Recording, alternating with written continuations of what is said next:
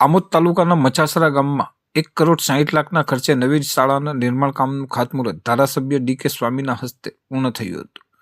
લાંબા સમયથી મચાસરા ગામના નાના વિદ્યાર્થીઓને ગામથી 1 થી 1.5 કિલોમીટર દૂર આવેલ શાળામાં જવું પડતું હતું, જેના કારણે વાલીઓ અને બાળકોને સંજોગોવશાત મુશ્કેલીઓ પડતી હતી. આ પરિસ્થિતિને સુધારવા માટે રાજ્ય સરકાર પાસેથી અનુદાન મંજૂર થતાં હવે ગામમાં સુવિધા સંભાળ શાળાનું નિર્માણ થયું છે.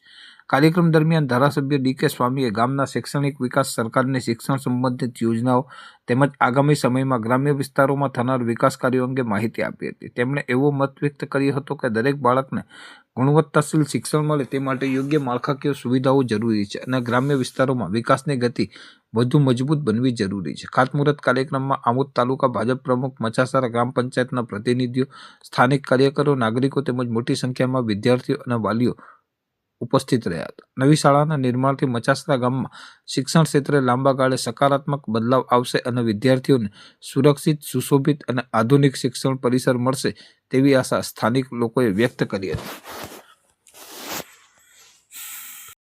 માતરમ, ભારત માતા કી જય. આજ રોજ આમોદ તાલુકાના મચાસરા ગામે 1,60,00,000 જેટલી મોટી રકમ ગુજરાત સરકાર દ્વારા અને શિક્ષણ વિભાગ દ્વારા જ્યારે ફાળવવામાં આવી ત્યારે આ મચાસરા ગામે આજે આ સ્કૂલનું ખાતમુહૂર્ત રાખવામાં આવ્યું.